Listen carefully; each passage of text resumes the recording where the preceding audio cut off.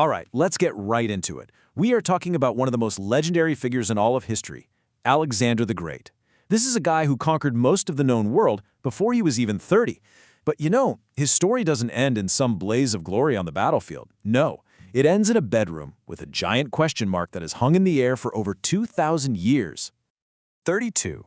Just let that sink in. That's how old he was. At an age where most of us are, just getting our lives together, Alexander had already built an empire that stretched all the way from Greece to India. And then, poof, he was gone. His age isn't just the tragedy here. It's exactly why his death has always felt so suspicious.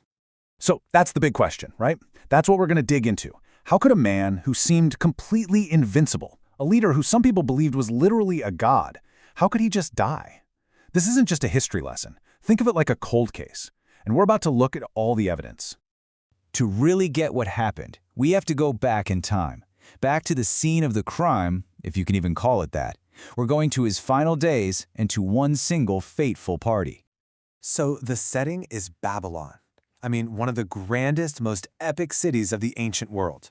Alexander and his armies are fresh off another successful campaign, and the mood is absolutely electric.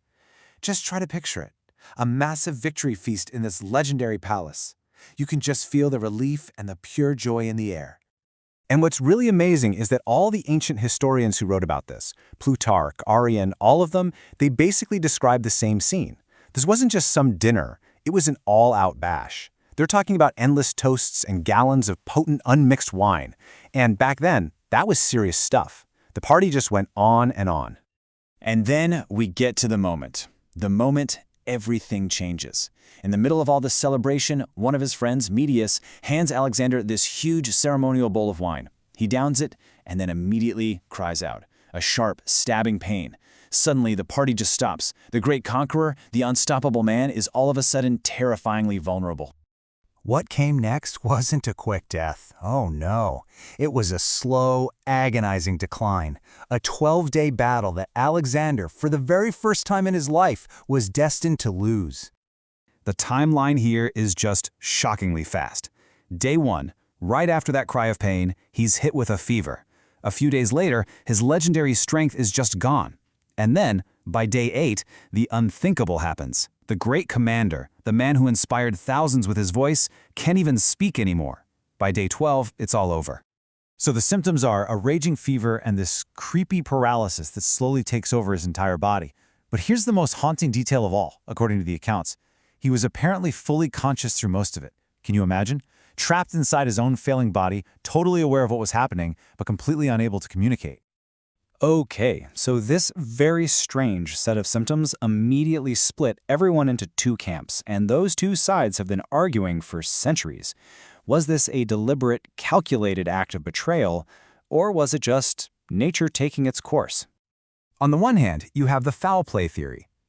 Let's be real. Alexander had plenty of powerful rivals, even among his own top generals. A lot of people stood to gain from his death. A slow-acting poison slipped into his wine at a chaotic party. It's the perfect cover. But then, on the other hand, you have natural causes. The man had been marching his army through lands filled with deadly diseases like malaria and typhoid. That could easily explain the fever. And some modern theories even point to something called Guillain-Barré syndrome, which is a rare disorder that causes paralysis while leaving the mind perfectly clear, which is a terrifyingly accurate match for the symptoms described. And that's really the bottom line here. Despite thousands of years of historians, doctors, and scientists all weighing in, we have no definitive proof. There's no smoking gun. There's no conclusive diagnosis. The case is still wide open. So, why are we still so obsessed with this story? Well, it's because the mystery of how he died is just as much a part of his legacy as any of his incredible conquests. There's just this deep, profound irony to it all.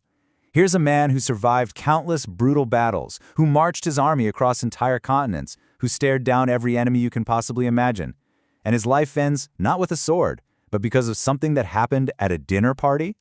And his death wasn't just a personal tragedy. It literally changed the world. He didn't leave a clear heir. There was no plan for who would take over. The power vacuum was instant, and it was catastrophic. His generals immediately started fighting, and they tore his incredible empire to pieces. The world he built just collapsed. The empire Alexander forged is now just stuff you read about in history books. But that question, what really happened in that palace in Babylon?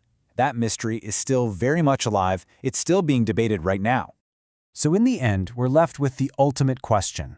Was his death just a random, tragic illness that struck down one of history's giants? Or was it the final, brilliant move by a hidden enemy, the perfect assassination, disguised as a celebration that has gone unsolved for more than 2,000 years?